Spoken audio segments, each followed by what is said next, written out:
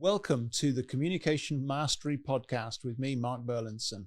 We're on a journey together to improve our communication mastery in all kinds of settings, at work, at home, in the community, and we're learning the art and the science of communication so that we can tackle difficulties and grow our mastery together.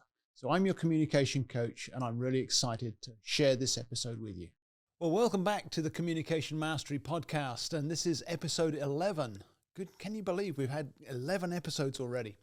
And this time we're going to talk about adapting to other people, because that really is the heart of communication. The clients that I work with that do the best are the ones who grasp it quickly, that if I can adapt to others, then communication goes far better than it will if I just stick to what my preference would be. If you think back to, I think it was episode 8, we had a few tips on there about adapting to different communication styles. And I want to start off with that because then we'll build it into how do I adapt to other people. The first thing we said we need to do at the end of episode 8 was to understand what style we're in. So we actually learn all 7 of the communication styles that the Life Language Profile provides for us. And the more I understand those 7 styles, the deeper I get into my knowledge of that kind of body of understanding in communication, then the more likely I am to be able to identify which communication style is in operation or which communication style is needed in the interaction I'm talking about or in the setting that I'm moving into. So if I can learn who's stronger in each style, whether it's within the business team or within my family, or within my friend circle, wherever it is that I'm applying this, if I understand the different strengths that each one brings to the picture, then I can adapt from that knowledge, that understanding, so that when I'm asking for us to be communicating in a particular language, or I want to move into a language where I can make a connection with somebody else, I'm understanding what are the characteristics, what are the basics, what are the qualities that each language brings so that I can take it from there. Then the second step is to reflect, that I invest the time to step back and to see the interactions in the team that I'm leading or the team that I'm part of, so that from the perspective of each one's preferred communication styles, I can look at how does this need to go in order for each person to feel engaged, because it's not a one-size-fits-all. I think of some of the teams that I work with, and the quieter folk, the folks with maybe an overall intensity that's lower in their profile, maybe they're stronger in some of the more individualistic languages, maybe like the contemplator or maybe even the doer. It's an action language, but it's much more of an individual language. I see what needs to be done and I get on with it. I wish that other people would join in, but I still get on with it by myself. Those individualistic languages can often need to be addressed in building team or in moving the team towards a goal. I need to make sure I don't leave anybody out. Another individualistic language could be the responder. They're very much a one-to-one feeling, emotive language. And so they're focused on the one cause or the one issue or the one person that's in their focus. And sometimes I need to recognize that and help them to make the bridge into working in a team. And sometimes that can be just based out of my knowledge of the responder language. I can find the right keys to bring them into the picture and get them involved to see the benefit of their contribution. Then the third thing, and this flows right out of what I just said about reflecting on each one, I need to respect each one for what they bring. I need to affirm each person for their contribution and for their strength that they offer from their primary communication styles, the ones that they prefer most. Remembering, of course, that all of us speak all 7, so we can actually switch into, maybe it's one of the lower languages in your profile, but it's certainly one that you have available to you.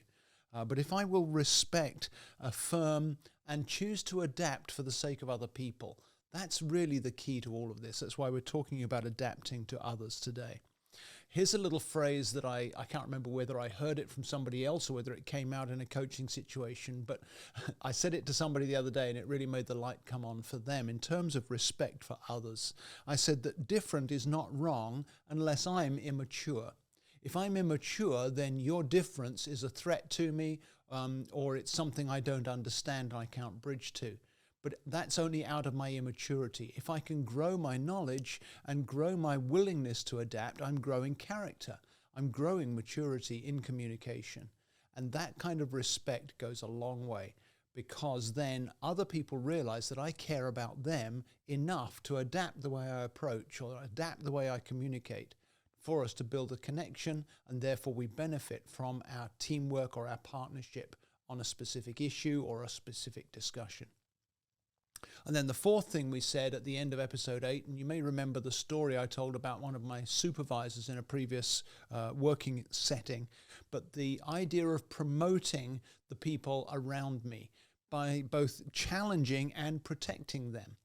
So if I protect those around me by speaking their preferred language, by encouraging open and honest and transparent communication, free communication, so that they feel safe to be themselves and to bring what they offer to the table, that kind of protection is something I can offer to those above me, to a boss or a supervisor, but also to those around me, my team members, my peers in this exercise or in this endeavor, and also to those, if you like, below me in the organizational structure, those that maybe look up to me as a leader or that I'm responsible for supervising.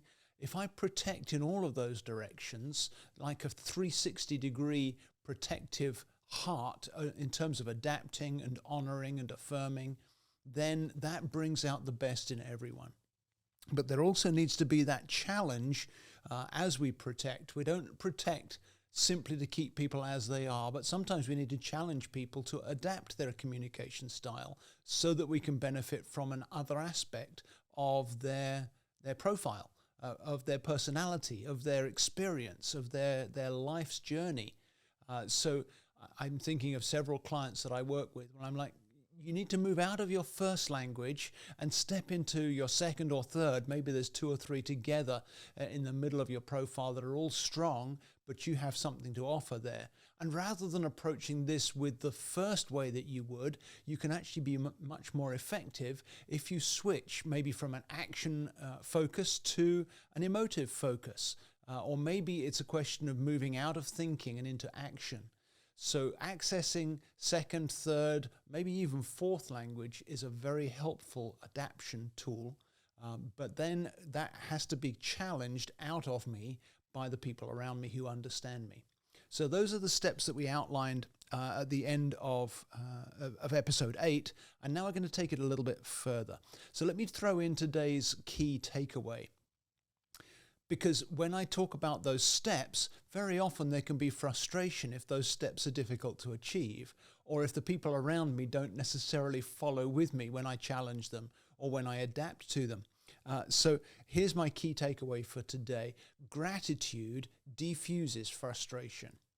So if I can look for what I can be thankful for in any person around me who either frustrates me or maybe rubs me the wrong way with their communication style, then I can look for what I'm grateful for, and it diffuses the frustration, and it enables me not to burn bridges that I'm building in communication and in teamwork and in connecting with other people.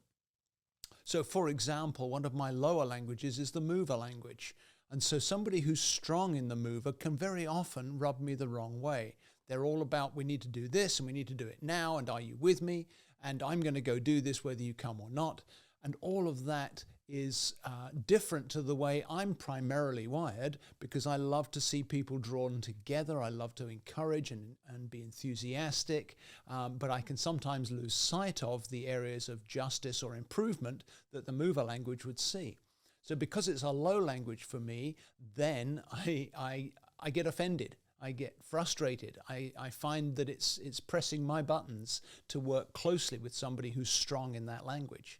However, I've learned to be thankful for what they do bring, to look for what I can be grateful for, because then the gratitude begins to decrease my frustration as I look at the strengths they offer, as I look at the passion they have, as I look at the value of that within the setting that we're in.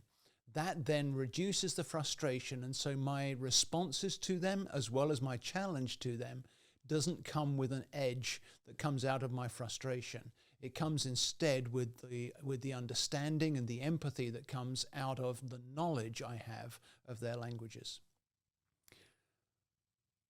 So as we go on looking at adapting to others, remembering our takeaway of gratitude, diffusing our frustration, what I suggest we do for growing in adaptation is to use the keys for communication that I teach in the Life Languages workshop. When I'm working with a team, or whether I'm working with a group of individuals who've come together for the workshop, there are a bunch of different keys for communication that we zero in order to understand the 7 languages better, but also to understand how to leverage our knowledge into adaptation. So the first key would be, what language does this other person prefer? What language is their preferred communication style? And if you find that hard to figure out, there's a really handy little cheat sheet in my introductory resource bundle that's available on my website. You can find that at markburlinson.com. Just scroll down that front page and the introductory resource bundle is labeled there. And the cheat sheet is included in that bundle of what language are we speaking. Just a couple of steps to really figure it out pretty easily, to enable you to make sure that we are understanding the language that we're both in our communication. Once I've figured out what language does this other person prefer, then the next key to communication is what question needs to be answered in order for communication to be established. Because remember, each of our languages has its own unique filter. And if I can figure out what question needs to be answered, it's not a verbalized question, it's an internalized question. But if I can figure out what that language, that primary language needs in order for us to connect, then the connection is made, the light comes on, communication begins, and then we can develop from there. Once that connection's made, then the next key is to figure out, what does this person need in order to sustain and to grow communication? That's the need from others that our life languages tell us. And if I'm not giving you what you need for us to have a sustained connection, then our communication's always going to be hindered. It's always going to be more difficult. It's not complicated, because once I've figured out the 7 different languages and I know which one we're in, then that need for others comes as part of the package and we can work with that. For example, I've often used my wife as an example, but my wife's primary need for connection is for her to know that I care and that I get how she's wired, that I get where she's coming from, and that my heart is towards hers, that I express caring in a way that she can receive it. And when I remember that, then our communication is always much more effective. The same applies to work colleagues or other family members or friends. Once I know their primary language, or I know which language we're connecting in the moment, then I can meet that need in order to grow and sustain that communication. Then the next key that I'd look at in terms of adapting to others is, what is the driving passion of this person's preferred communication style? What are they bringing to the table? What's pushing them forward? Why are they communicating? Why are they engaging with whatever it is that we're doing? There's something in them that wants to see something, that wants to impart something, that wants to cultivate something. And that passion, if I can recognize it and make room for it, then the communication is really going to flourish. Back to the example with my wife, her passion is always to protect and to care, to express care in a tangible way. And so if I make room for that, not only do I benefit, but the others around us benefit. And so again, in our communication, I'm looking for, what passion is this person bringing to our interaction or bringing to the table for our team. And then another key, I guess the final key really, is that I need to be able to recognize and appreciate the strength of character that this person I'm working with or this person I'm communicating with, they carry that along with this language that we're communicating in. So if I can appreciate their strength of character, the quality that they bring to our interaction. No two people are the same, but everybody has something that they bring. And if I learn to appreciate that character strength, then I'm going to make room for that. I'm going to benefit from that. And all of that is going to add into our adaptation skills so that our communication can be much more effective, much more fruitful. Here's a final principle, if you like. And remember that the takeaway is that gratitude diffuses frustration, but also the one who's more mature in the interaction is the one who goes further in adapting. And so I need to learn, and I have learned over the years, to move out of my preferred style and to always find the style of the person I want to connect with. And that pays off in all kinds of ways, because as I do that for others, I find they are more able to do that for me. And so again and again, now I'm finding friends as well as clients who will often switch into my first or second language as we're interacting, as I'm coaching, or as we're just having a time together as friends, because they've begun to understand it. But I went first because I understood it before they did, and I was able to prepare the ground for them to know that the connection with me and communication with me is both a safe and a fruitful place. And so I encourage you to keep growing in your knowledge of these communication styles so that you can be the mature one, so that you can take the first step, so that you can go further in the beginning to establish communication. Because as communication grows, then you'll find the relationship bears fruit in both directions. And so those keys for communication, as I said, are taught in the Life Languages workshop. And you can check my website for my next online workshop. I do them fairly regularly, every 6 to 8 weeks. And you can schedule a place on one of those, or you can book a workshop for your own group, whether it's a team at work or whether you want to get your friends together. I do workshops of all sizes, and I'd be very happy to book a workshop for your group if you'd like to develop those skills in a setting like that. We have a lot of fun together. We obviously bring each other's profiles to the table, but then we see what we can learn from each one's uniqueness in order that we can adapt to one another. So those are some keys to adapting, and I encourage you to take the first step in being the one who does adapt, because it will be so beneficial to your communication. So thank you for joining me for this episode of the Communication Mastery Podcast. If this has been helpful to you, please leave a rating and a review, because that helps me to get the word out. You can also share it with your friends and encourage them to subscribe. I'd love to hear your feedback. Give me your suggestions for future episodes. You can connect with me through my website at www.markburlinson.com. I'm your communication coach, and I'm looking forward to hearing from you. See you next time.